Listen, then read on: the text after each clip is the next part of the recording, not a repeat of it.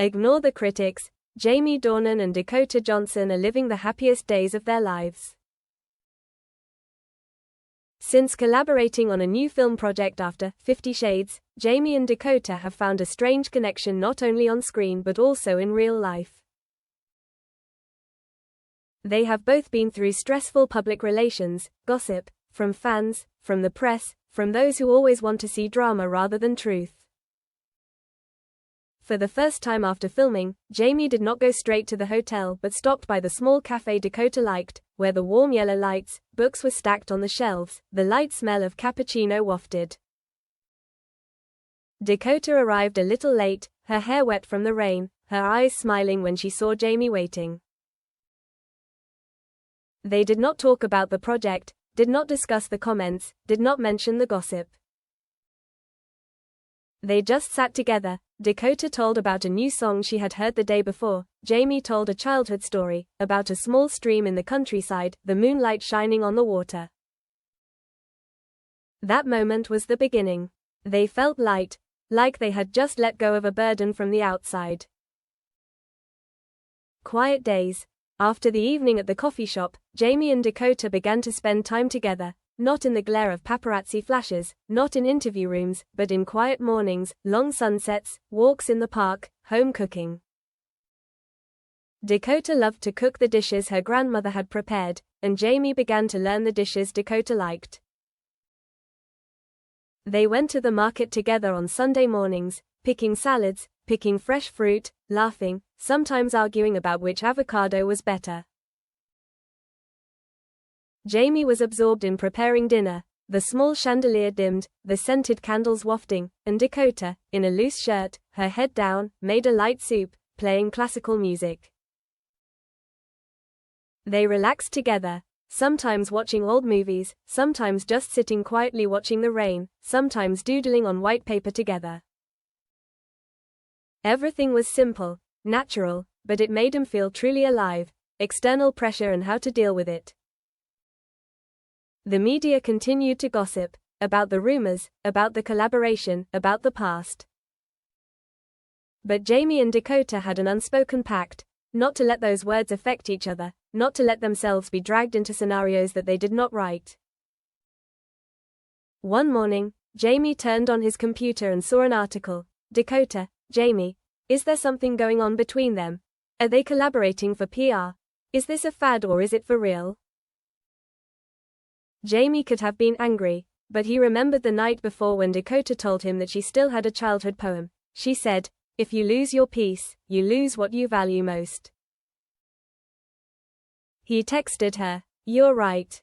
You're always right." Dakota replied, "Because you believe in yourself, because you believe in us." They didn't answer the press, didn't go on Instagram to explain. They just continued to live their lives the way they did, authentically, without pretense. Joy in simple things, and from simple things, joy grows. One autumn morning, they woke up later than usual, pulled the curtains, and watched the soft blue sunlight drift through the window. Jamie made coffee. Dakota opened the window, letting the cold air and the smell of wet leaves after a rainy night fill the room. They traveled without a strict schedule. A car trip to the Italian countryside, with olive groves, small stone paths, villages with narrow steps. They chose their own small rooms together, not wanting a fancy resort, wanting to live like the locals, eating bread with garden fruits, drinking light wine by the campfire. In the evenings they played music. Dakota took a small guitar, Jamie played a small electric piano. They sang strange songs, not necessarily perfect, just letting the feeling of the music flow through the space, letting the silence intertwine with the lyrics. On days like these, both feel at peace, as if all stress, all criticism, all comparison are far away. Personal growth and commitment. Happiness is not just about rest, it is about growth, about doing what you love, about supporting each other. Dakota began writing her own script, a small, autobiographical project about the days when she felt lost and then found herself. Jamie encouraged her, helped her talk to independent filmmakers, supported her financially and emotionally.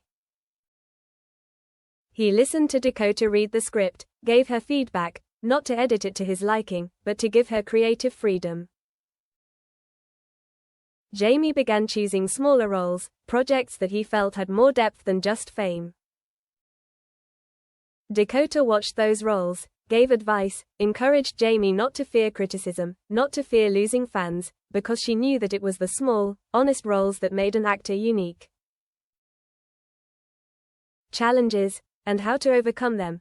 Not every day was smooth sailing. There were times when Dakota received criticism from social media for a role she chose, for her fashion style, for the public that she was considered to have drifted from her previous outstanding image. Jamie also had days when she heard, "You should have been more mature when you're older, your acting wasn't deep enough," or hints that he was acting to shock.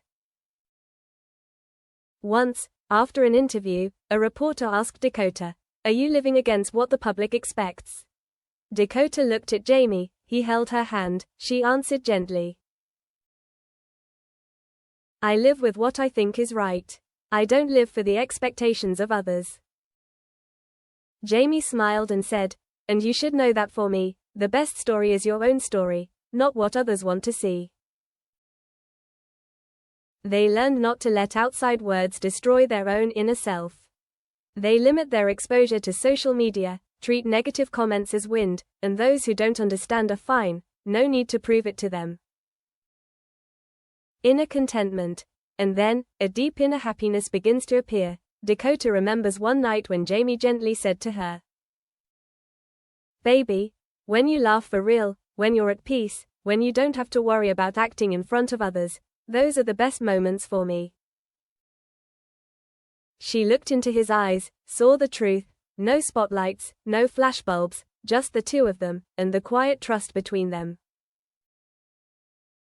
Jamie felt that waking up every morning, to a text from Dakota, to a small breakfast they made together, to a hug in the morning, those little things brought him joy he never thought he needed. The happiest days, those happy days were not glamorous, not on red carpets or at galas, but in the ordinary, in the smallest moments. They went to a concert together that Dakota loved, not as VIPs, but in the back row, where they could hold hands, talk softly, laugh at familiar songs. Once Jamie was slightly ill, Dakota took care of him. She cooked soup, laid out warm blankets, kept the lights low. He looked at her, feeling that moment was more precious than any publicity, any role. They arranged a weekend together at a beach house, no strong Wi-Fi, no phones always on. They stood on the balcony watching the waves, listening to the sea crashing on the shore, the wind blowing in their hair, the sun setting slowly like a golden drop on the water. In those days, they felt at peace. Jamie felt alive, not a role, not an image, but himself. Dakota feels trusted, loved, not for her fame, but for who she really is.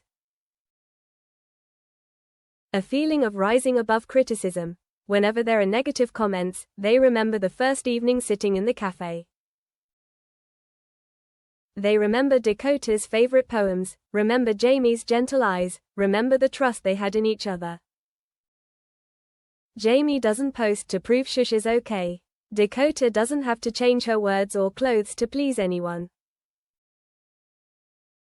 They live by their own rules: gratitude, honesty, care.